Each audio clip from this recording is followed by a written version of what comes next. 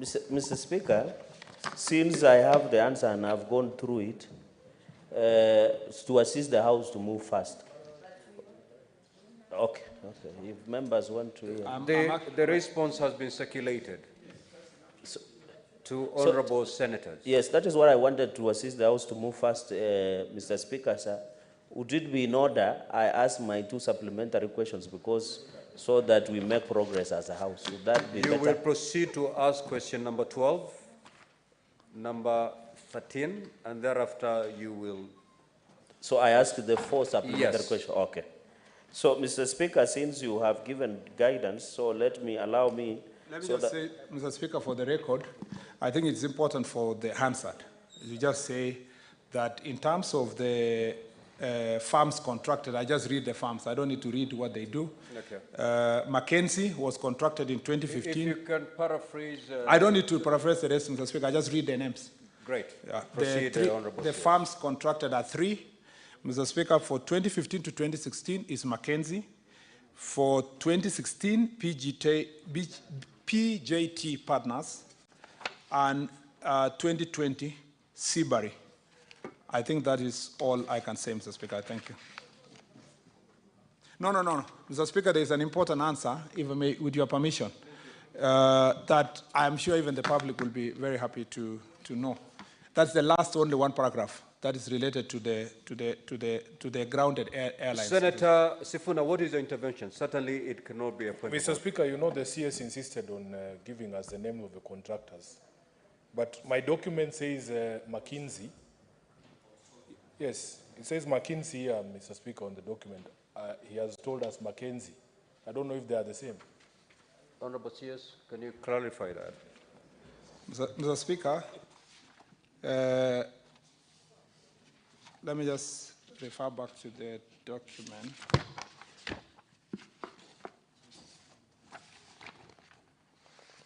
Yes, correct, it's McKinsey. Thank you. McKinsey. There is another farm called Mackenzie, so that's where the... No, not the person. There's a farm called Mackenzie. Mr. Speaker, let me just... Mr. Speaker, I just want to read this statement regarding, there have been public debate about a plane that we donated, so it's important to read it for the record. KQ has not grounded any aircraft, 5YKZJ, which is as Boeing 787 Dreamliner. Took some time undergoing heavy maintenance because of unavailability of many essential and critical components parts in the aircraft market. These shortages are well published in the industry. 5YKQG and 5YKQH were 2 Boeing B737-700 aircraft in the KQ fleet under the operating lease arrangement. Upon the end of the lease, the lessors, owners of the aircraft, decommissioned the aircraft. Mr. Speaker, it's important for those who may be new to the industry, is that when some of the planes that are owned or run by airlines are not necessarily owned by the airlines. They are under operating lease. And Mr. Speaker, upon the end of the lease, the lessors themselves decommissioned the aircraft, salvaged valuable components from the 2 aircraft, removed what they thought is important, and transferred what was remained of the aircraft to KQ at 0 cost. The authority to remove parts was probably vested on the lessors being the owners of the aircraft. The 2 aircraft, having been decommissioned and stripped by the owners for parts, had therefore only one viable use as mock-ups in training. So 5YKQG was thus transferred to Kenya Airways Training School, Pride Center, and if you visit it, for use in cabin crew emergency training, practical aviation security training, and in-flight service training, as for mock training. As part of its CSR training, KQ donated 5YKQH on as is basis to Mangu High School for their training. Mangu is the only public high school with a well-developed flying school and club, and it provides a pool of skills sets that fits into the KQ workforces. All these were procedurally approved by KQ Board of Directors. The estimate value of these two decommissioned aircraft is nothing more than their scrap value. Mr. Speaker, I was in the donation. I was invited to participate in the donation as a chief guest. The students were extremely excited. Mr. Speaker, this was nothing except for scrap value. And if you go to Kitengela, you will find somebody running a restaurant there called 034, with a plane being the restaurant. Mr. Speaker, it doesn't mean that that's a plane which should have been flying cargo.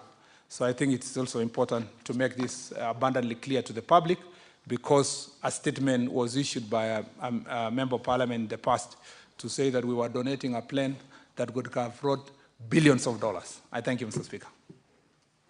Senator for Nandi, proceed to ask question number 12. Mr. Speaker, I proceed with my supplementary? No. Okay. Question number 12. Question number 12. Mr. Speaker, sir, question number 012. Question 1. When will the ongoing project for the expansion of Karenga Airstrip in Kericho County be completed? Number 2, Mr. Speaker, what is the total budgetary allocation for the project, and could the Cabinet Secretary provide a detailed breakdown of the expenditures incurred so far? And number C, could the Cabinet Secretary provide a detailed assessment of the quality of the works for the project, stating what the government is doing to hold accountable the contractor and any other individuals responsible for any identified lapses? I thank you, Mr. Speaker, sir. Honorable CS, you may proceed to respond. Question number 12. So, Speaker, this is a more straightforward answer, so I'll just read the answers. Mr. Speaker, the request to undertake the refurbishment of Karenga Airstrip emanated from the National Celebrations Technical Committee during their visit to Kericho on 15th of June 2023 to assess the status of the facility in the county in readiness for the Mashujaa Day following the presidential directive to hold the celebrations in Kericho. Refurbishment of the airstrip involved upgrading the runway to Maram standards and construction of an open steel frame shade to facilitate movement of guests during the celebrations.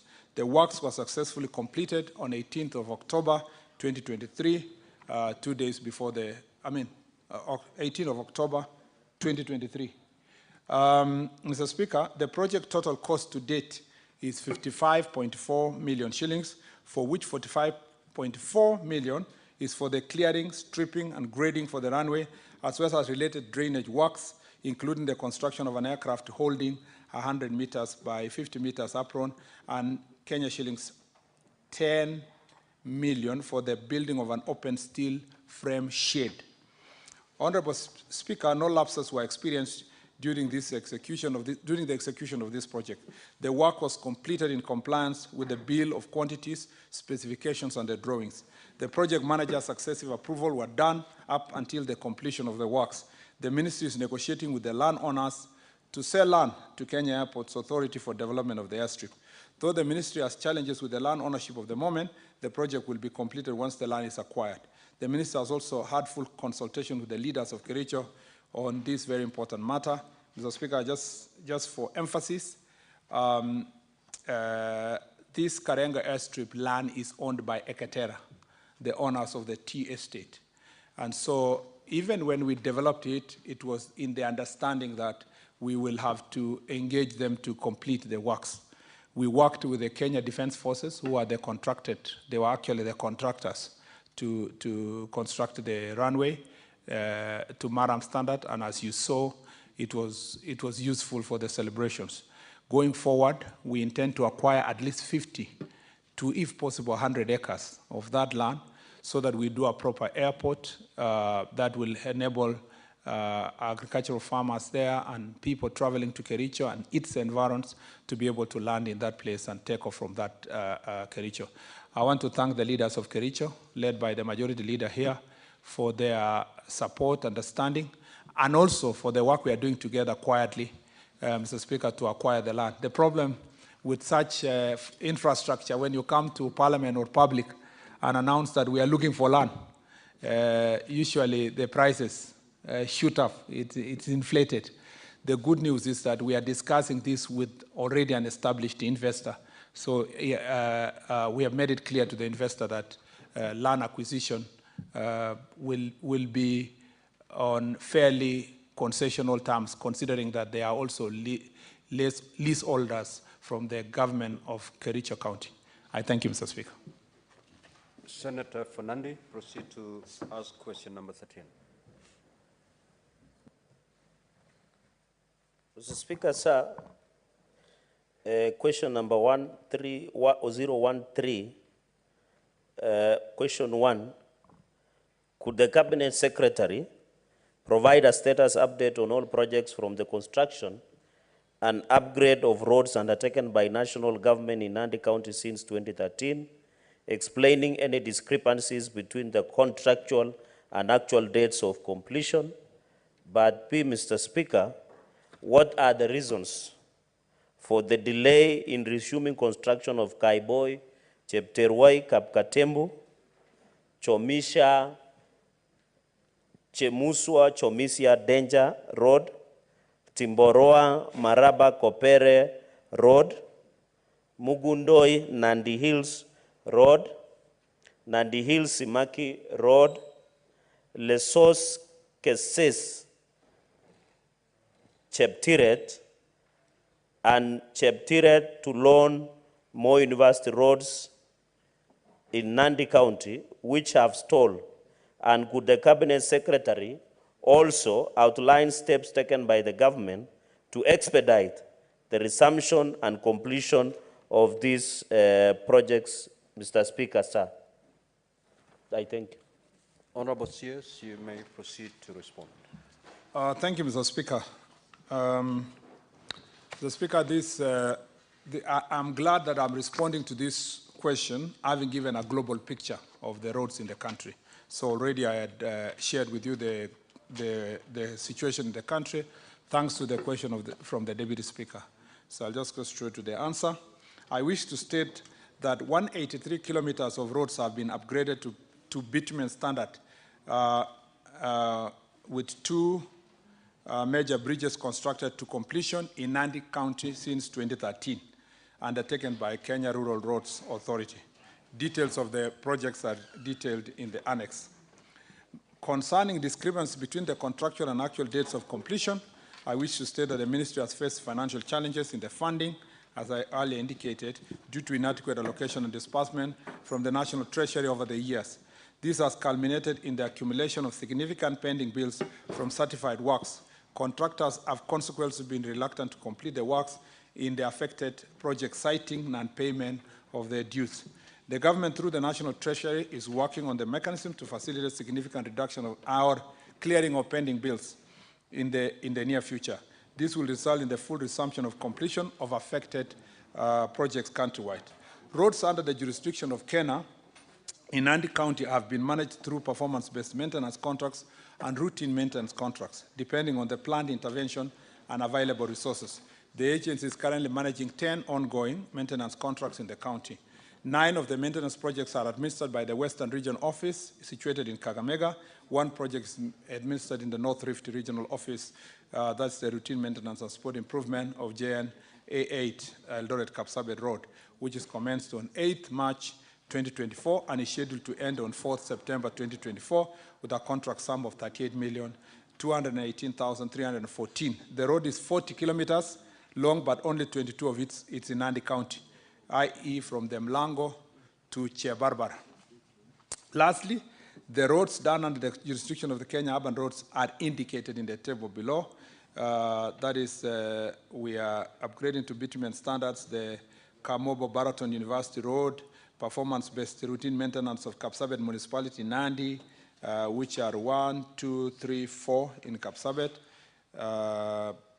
and then routine maintenance of package 5 roads in Kapsabet, again 5 and 6. And then upgrading, Mr. Speaker, of Mosoriot Township, 5.3 kilometers. What are the reasons for delay in the resumption of the other roads, Mr. Speaker? Mr. Speaker, for the Kaiboi, Chepterwai, Kapkatembu, Timbaroa, Maraba, Kopere road. This road, Mr. Speaker, when I came to office, is part of the 8 roads that we discussed with the agency and terminated their contract for non-performance because they had been awarded earlier in 2016 and nothing had happened for the entire period. Those roads are in Nandi, Meru, Baringo, Elgeyo Marakwet, Kisii, Homa Bay, and Makueni. There are 8 roads, and I have the tabulation I can share to the House. Mr. Speaker, the project commenced, the one for Kaiboi, Chepterwai, Kapkatembu, Timbaroa, all these roads, the project commenced in February 2017 and was to be completed in February 2021. The contract has since been mutually terminated due to contractual challenges. To enable timely delivery, the works were split into 2 lots, repackaged and retendered. The contracts were awarded on 14th March 2024 and are expected to be signed within the next 28 days as per the law, upon submission of the requisite securities by the contractors. The contractors will be then mobilized and commence works with immediate effect.